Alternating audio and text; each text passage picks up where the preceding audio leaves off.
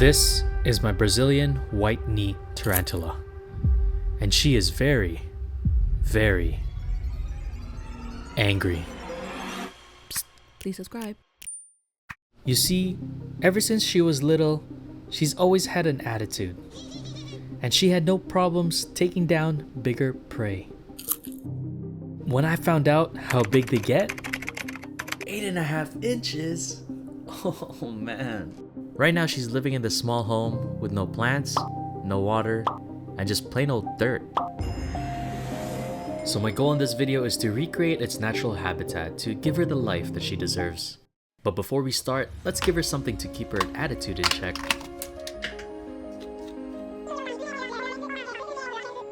Here kitty kitty, here kitty kitty, oh! In order for us to understand its native environment, we must head out to where she came from. In the heart of the rainforests in Brazil, these tarantulas live under the lush foliage of the forest floor where they're safe from predators. With that in mind, let's get to building. The first thing we're gonna need is our tank. Wait, I'm just kidding. Let's make it from scratch.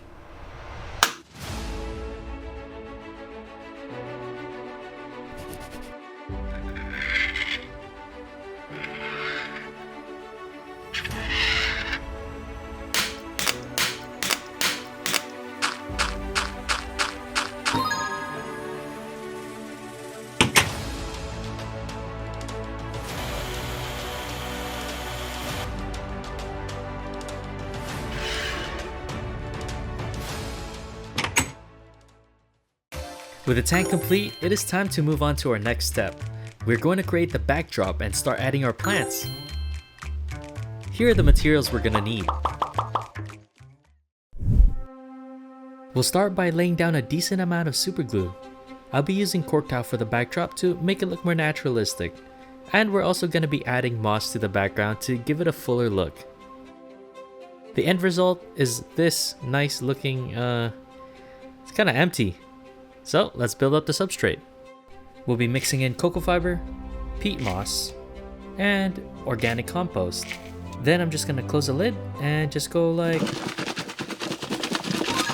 We'll be using leca for our drainage layer to hold excess water, which prevents oversaturation of the soil, which means healthy plants. Then I'm gonna take this piece of fabric mesh and place it on top of the drainage layer to separate the soil. Whiteknee tarantulas actually love to burrow, so I'm going to give her a good amount for her dream home. Using cocoa fiber and peat moss helps with keeping the soil moist and easy to form for her future burrow. In the end, we got this. And of course, what's a forest without wood and plants? So I'm gonna take this piece of spiderwood and use it as the foundation for its burrow. We're gonna add a couple more wood to just give it a bit more detail. Then I'm gonna start creating the burrow to encourage the tarantula to use it as its home. This is a rabbit's foot fern, and I guess the rhizome resembles a rabbit's foot. Anyway, I'm gonna be adding a couple in the background just cause I really like the way they look. They fill out the background really nicely and they look like miniature trees. From there, I went on a planting frenzy, adding more plants to the foreground, and I also added more to the background. I'm not so much of a designer, but this is my favorite part of every single build, and I just let my imagination run wild.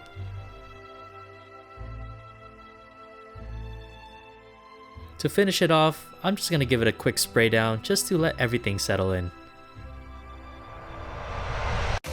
With everything settling in, it's time to move on to introducing our cleanup crew. Meet the springtails.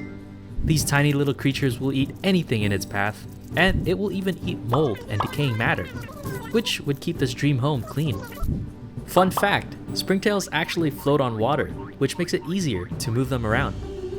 Now I'm gonna pour this water full of my springtails. As soon as I poured them in, they immediately started looking for shelter. And before I knew it, our terrarium was teeming with life.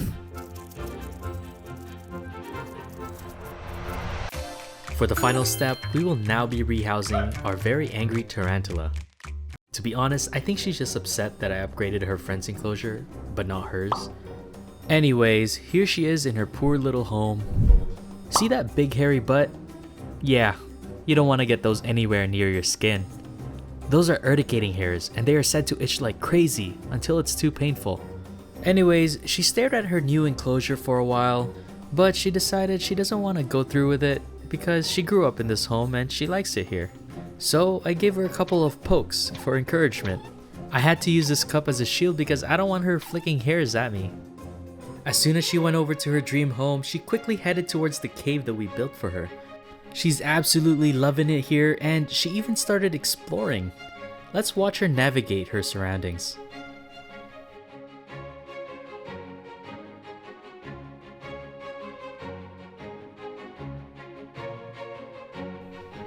She must have been so thirsty in her old home because as soon as she felt water on the leaves, she immediately started drinking from it.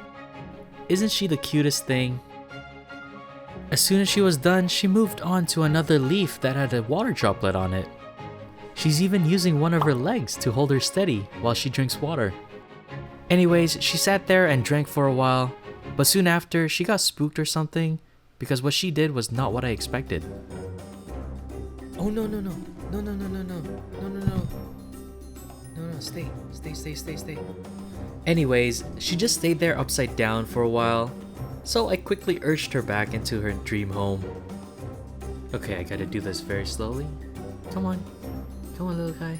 Come on. Nice. That was quite a scare. I wouldn't want this feisty one loose in my home. Anyways, I just stared at the enclosure for a while just to admire its beauty. Especially this one. She may be hairy, but she's got a wild personality, and I think that's a good thing. She went from this sad little home to this lush and spacious dream home, and I'm very happy with it. What do you guys think?